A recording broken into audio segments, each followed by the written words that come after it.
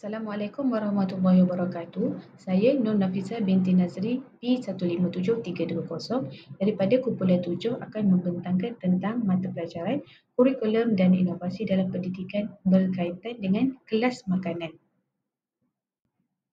Berikut adalah ahli kumpulan saya iaitu 1. Iwani Nur Hadira binti Muhammad Fazlan, dan yang kedua saya sendiri Nur Nafisa binti Nazri, yang ketiga Siti Atira binti Muhammad Baharudin. Baiklah, seterusnya untuk pengenalan projek, tajuk JSKP yang kami pilih adalah Sains Tahun 3, temanya Sains Hayat dan skopnya adalah manusia.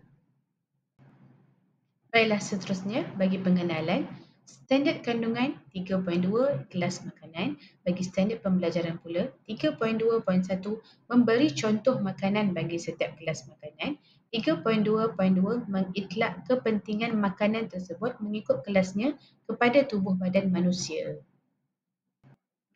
Seterusnya bagi tahap pelajar adalah pelajar tahun 3, yang kedua mempunyai 2 tahap iaitu pelajar yang sederhana dan pelajar yang lemah.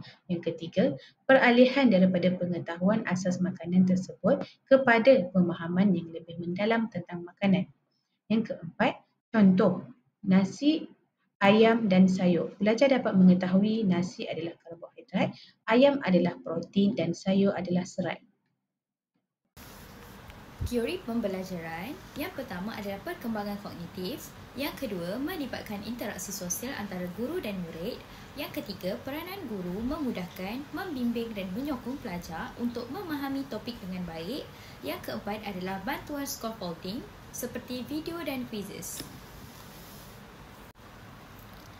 Mereka bentuk model. Model yang digunakan adalah model ADDIE. Yang pertama adalah analyze iaitu analisis, yang kedua adalah design iaitu reka bentuk, yang ketiga adalah develop iaitu pembangunan, yang keempat adalah implement iaitu pelaksanaan, yang kelima adalah evaluate iaitu pengujian. Model ID yang pertama adalah analisis, menilai tahap pengetahuan sedia ada murid tentang makanan seimbang, piramid makanan dan kumpulan makanan.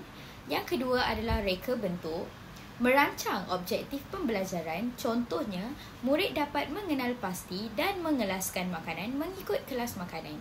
Yang ketiga adalah pembangunan, membangunkan bahan bantu mengajar dan aktiviti pembelajaran. Yang keempat adalah pelaksanaan, dengan melaksanakan sesi pengajaran sebenar di dalam kelas. Yang terakhir adalah penilaian, menilai penilaian formatif iaitu kuis semasa kelas, soal jawab, penilaian sumatif, ujian pendek atau tugasan, refleksi guru terhadap keberkesanan bahan dan aktiviti yang akan digunakan. Terdapat beberapa teknologi bagi membangunkan bahan pembelajaran digital iaitu Powtoon dan Canva, CapCut, YouTube dan juga Quizzes.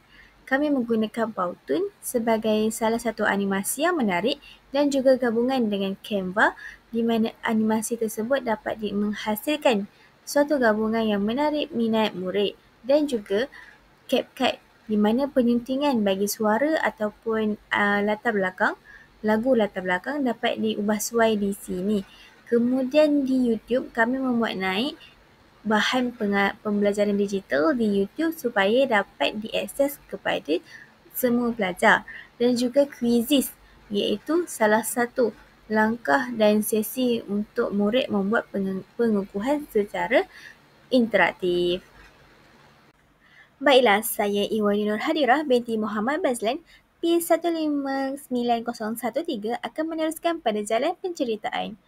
Baiklah, pada set induksi, Cikgu Iwani memberikan bayangan kepada tajuk sebenar pembelajaran. Pada kelas makanan pula, murid memberikan contoh-contoh berikutan dengan kelas makanan yang mereka ketahui. Bagi piramid makanan pula, iaitu babak yang ketiga, Cikgu Iwani menyokong muridnya yang mengamalkan gaya hidup yang sihat. Dan yang terakhir sekali adalah perbincangan. Aktiviti berkumpulan dijalankan setelah selesai tayangan video interaktif. Kesimpulannya, kurikulum dan inovasi berkait rapat dalam membentuk suasana penggunaan teknologi yang dapat dimanfaatkan secara berkesan dan menjadi pengaruh terbesar dalam transformasi pendidikan di Malaysia ke arah kemajuan berasaskan teknologi. Assalamualaikum murid-murid. Cuba teka tajuk pelajaran hari ini. Sesuatu yang melazatkan, sesuatu yang mengenyangkan dan sesuatu yang menghilangkan dahaga. Ada sesiapa yang mahu berikan cadangan? Saya tahu, daun. Makanan dan minuman, cikgu. Saya cikgu, ikan. Mungkin akar pokok, cikgu. Ya Hilya, tepat sekali. Makanan dan minuman. Baiklah, tajuk kita pada hari ini ialah kelas makanan. Jom kita belajar bersama Cikgu Iwani. Berapakah kelas makanan yang kamu tahu?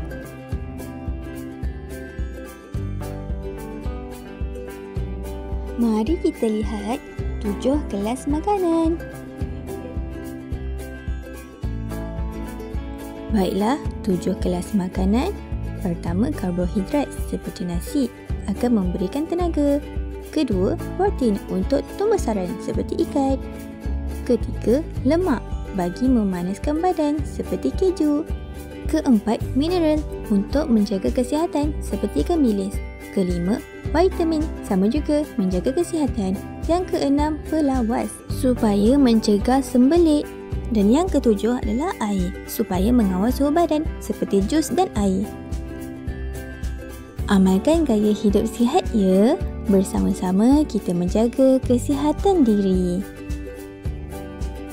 Adakah kamu tahu tentang piramid makanan? Piramid makanan. Inilah piramidnya. Ada 4 aras. Aras pertama, makan secukupnya seperti mi, nasi, bijirin. Aras kedua, makan dengan banyak iaitu buah-buahan dan sayur-sayuran. Aras ketiga pula makan secara sederhana, ikan, ayam, daging, kekacang dan susu. Aras yang keempat makan dengan sedikit, kicap, gula, garam dan minyak. Saranan piramid makanan oleh Kementerian Kesihatan Malaysia dapat dijadikan sebagai panduan dan sangat bagus kita amalkan dalam kehidupan seharian.